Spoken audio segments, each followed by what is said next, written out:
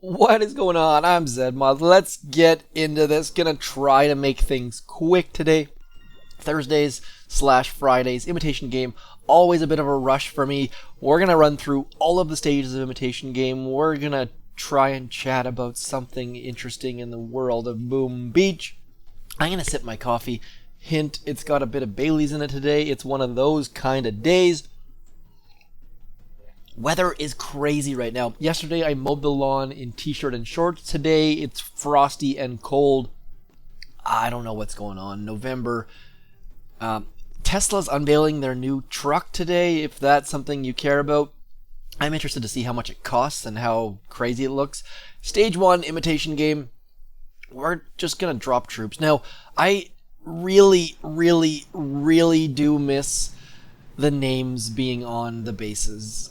That is a huge loss, I think. I mean, it's silly and it doesn't add anything to the game, I don't think. But it was just a fun, social-ish feature. I'm probably overreacting and probably making a mountain out of a molehill or whatever that expression is, but I do really miss those names. So I mostly just mispronouncing them. I enjoyed mispronouncing the names and just seeing the names even. So a little bit sad, a little bit unfortunate, but I guess that's one of the things that happens. Hopefully, if we ever get a new update that is fixed, I kind of don't. I think it's there to stay though. I'm sure it must have been a conscious decision. Anyways, let's keep going. What troop should we use today? I'm going to use Grenadiers, just because Grenadiers are so good. Gonna switch to the Critter Swarm. I prefer using Universal Remote, but Sparky does dumb things right now, also things that I hope are fixed soon. It's been a long time. Dark mode is just driving me insane. I've seen a lot of complaints from people about that. Dark mode is not a happy place right now. Let me know if you guys use dark mode or don't, or if you're all about the white mode. I love dark mode. I use dark mode in every app, in Discord, in Telegram, in Teams, in Slack. I don't know what else I do it. What else do I use? Anyways, I'm all about the dark mode. Dark mode is clutch, and it just saves your eyes from all that white burningness. If you don't use dark mode, also let me know. I'm curious because there are some people who really do like the white mode, and that's just definitely not for me. I should probably just be barraging this headquarters, trying to speed things up. Said I'm in a hurry, but then I do silly things like Grenadiers walk around. And yes, Grenadiers are going to be slower than Warriors or Zookas or any level of troops, but we're doing it anyways. So keep going. We're actually going to scout every single time today. I feel like I get better rewards when I scout. That's totally superstitious and ridiculous, but we're going to stick to that. And if I get 2 crystals, then everyone should scout all the time. And if I don't, then that theory goes out the window. Let's get rid of the mortar. Let's get rid of the boom cannon. Let's get rid of the mortar and the boom mines. People, don't put boom mines touching corners of buildings. Come on, you should know better. We're going to shock the cannon just in case. Use Critter Swarm at least once. Get rid of the high-level sniper towers. High-level sniper towers can be very dangerous for Grand Medic. So far we've had no bases where we can actually smoke our troops just because they're in their corner or back bases, but we're going to try to do that at some point. Hopefully our Grenadiers are going to get rid of that boom mine, and if they don't, then hopefully our critters do at the same time. Now, you don't really need to shock cannons when it comes to Grenadiers, but if your Grens bunch up too close, you definitely do need to do that. So, just things to be aware of. Obviously, I'm hoping that all of you have played with Grens in the past. These are only level 1 Grenadiers with level 2 medics. I got grief yesterday for the first time about that someone said my upgrade order was terrible. I disagree. My upgrade order is perfect.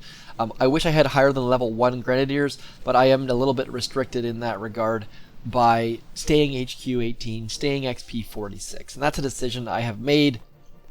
I am staying. There were people that do like HQ 18, and they're like level 65 or something, and that's just ridiculous to me. Right now, I cannot upgrade my headquarters. So unless they change the XP required, which would be a complete slap in the face, I'm staying HQ 18. I am staying on the XP46 forever. Speaking of bases where we can smoke to the back, this is a perfect example. Now what we're going to do is we're going to leave one of those mines, only one of those mines, and that one mine is going to help us because it's going to add a little bit of damage to our grenadiers, and that's going to help us get the medics chasing after them. Which, there's nothing worse than having your medics sitting at shore, having a nice little tea party, and just, you need your medics to chase after your grenadiers. Otherwise, bad things happen. And so we're going to let them get that little bit of damage, good things, except for the fact that our medics just stuck around outside of the smoke, and that's not a good place for them to be. Oh, this is just going downhill so fast. Get moving, medics. Come on. So our grenadiers have a lot of damage on them, and they're actually out of range of that rocket launcher. This is not going well at all. This is exactly what I was hoping would not happen. With smoking grenadiers, you have to be very... I left a little gap there by that flamethrower, and then I dropped my medics a little bit too fast. Using flags to drop them is a great idea because it gets them walking exactly where you want them, but I just dropped my flags too high and had a gap in my smoke up there. So, but thankfully we're using Critter Swarm, so Everspark is sticking around and attacking random buildings. If you weren't aware, there's a bug where if you're using Universal Remote, she would walk up and attack this sniper tower or something along those lines. But thankfully, we don't need to worry about any other buildings. We've now got this down. As long as we get enough damage on the core, I'm going to start moving my troops right about to the middle just to make sure that we get going on hitting the core. The critters are going to clear all those back buildings. Critter Swarm hopefully going to help us out, get a little bit extra damage on those back buildings. Back buildings are going to give us some extra GBE and do some damage to core. Looks like we should get this down. Very sloppy attack. Lost most of our troops at shore, but just by smoking them to the back, we avoid all sorts of nastiness. So I guess kind of showing that smoking to the back is a good idea even if you lose troops, I guess is what we were trying to do there. Let's have a sip of some coffee, trying to wake up a little bit more. So good. Love me some coffee. Let's have a look at stage 5. Same thing. We can probably smoke to the back, which is going to avoid this hot pot. Hot pots and grenadiers are a bit of a pain because they'll walk forward and then the hot pot will melt their face. Boom cannon's obviously a pain. So we're going to smoke, not necessarily... I mean, if we could go all the way to the back, or we could just go in the range of this gold storage. So we'll try to figure out what we're going to... I think we're going to go to the back and then over. That rocket launcher doesn't range. Not that the rocket launcher is a big deal anyways, but as you saw, need to get some healing on our dudes. So we're going to do a side drop. I like to drop Everspark outside the smoke because she's only one troop, so she gets underneath the smoke very quickly. And then we're going to drop all of our dudes, let them get hit a couple times, and then hopefully get our medics to a better, happier spot. Hit one mine, take a little bit of damage, which should, in theory, do what we were trying to do last attack. Get those medics chasing. It's going to be a little bit slow on this smoke. A little bit slower on the next smoke. Let my grenadiers take a little bit of damage, which is hopefully going to get them to the back alive and get our medics chasing. And at this point, we should be in good shape. Going to get over into here. Avoid that shock launcher for the time being until we can get rid of it, and then just farm all this free GBE at the back. So I think it was Brian Fletcher, I believe, was saying he loves smoking some grenadiers, which made me get thinking, let's smoke some grenadiers. This is a skill that goes a long way and will make your attacks so much better. Now, this does absolutely nothing for your operation attacks. There are very few bases that you can actually use grenadiers on. What's the one I'm thinking of? There's one that you can actually solo from the back. I think it's like it doesn't happen above like choke points, so you don't see it terribly often. But there are some grenadier attacks like Fang and stuff like that, or Humble Pie. But generally speaking, grenadiers don't really have a place in operations, sadly. But PvP, grenadiers are probably the strongest troop outside of Tank Medic for PvP. Yes, Tank Medic is the strongest troop for PvP. I've been trying to do a video series My plan was to attack bases using the troops that people have loaded. I was thinking, hey, maybe I'll use, like, I've been doing some, like, 4/4 heavy Zooka attacks and some Cryoneer attacks and stuff like that, and I still might do it, but the problem is 95% of people have Tank Medic loaded. Tank Medic is the strongest PvP troop. There's no doubting that. It's not very fun, and I don't enjoy it, so I don't use it, but Tank Medic, just so strong. So Grenadiers they're actually considered armor, just like tanks and Scorchers and stuff, but they're the strongest non-mechanical troop in the game, I think. I mean, they're great for PvP, and you will absolutely destroy bases. Now, this base does not make sense to use Grenadiers. We've got a couple Doom Cannons, shock launchers all up at the front.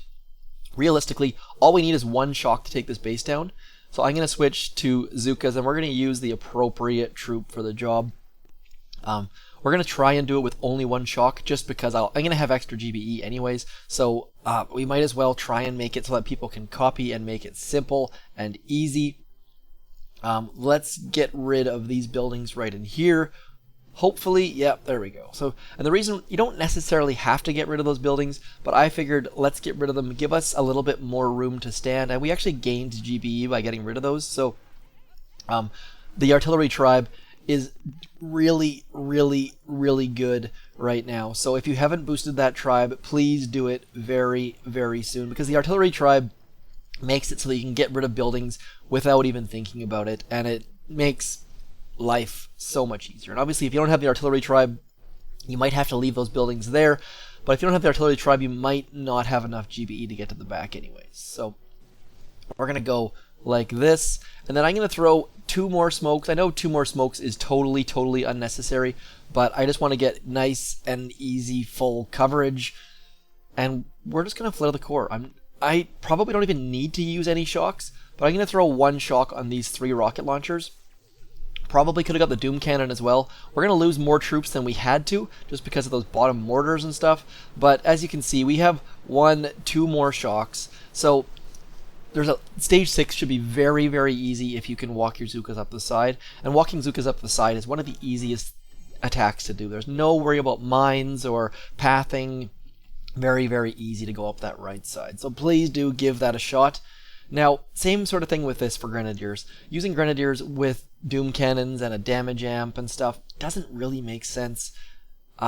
If we can get rid of this flamethrower right in here, which is going to be fairly expensive because it's 15,000 health, thanks to all this fancy ice at the top. It's kind of nice. I gotta say, one sec, got a cough. Hopefully I muted that in time. This is a nice stage 7. This is a pretty good example of a stage 7. 1, 2, 3, 4, 5, 6 ice, 3 prototypes. Pretty good stage 7. But at the same time, we should be able to solo this. So pretty nice in the fact that we can have a nice, easy walk on the beach. Every time I say that, I'm reminded of that, I think it's whatever that band that got sold out and got Fergie and then kicked Fergie out. Anyways. Walks on the beach and stuff. I don't even know what song that is, but I'm pretty sure that's Fergie. Ferg. They were great till they got Fergie. Then they got super popular, so good for them, I suppose. Money in the Bank. Let's go. Getting all of... Someone please tell me what band that is. It's like not Black Alicious, or not Jurassic 5, but Black Eyed Peas. There we go. Boom. Nailed it. Let's get walking back into there. Now, as you saw, no need to smoke the shore. We can walk a little bit of the ways. Gonna do our best to keep the delay just because that way we don't have to shock quite so quickly. If you don't know what the delay is by this point, please hit me up in the comments, because once you figure out what the delay is, your attacks get 47% better. Gonna throw our last 2 smokes at the same time, and our troops should get to that flare. Shouldn't need to redo it.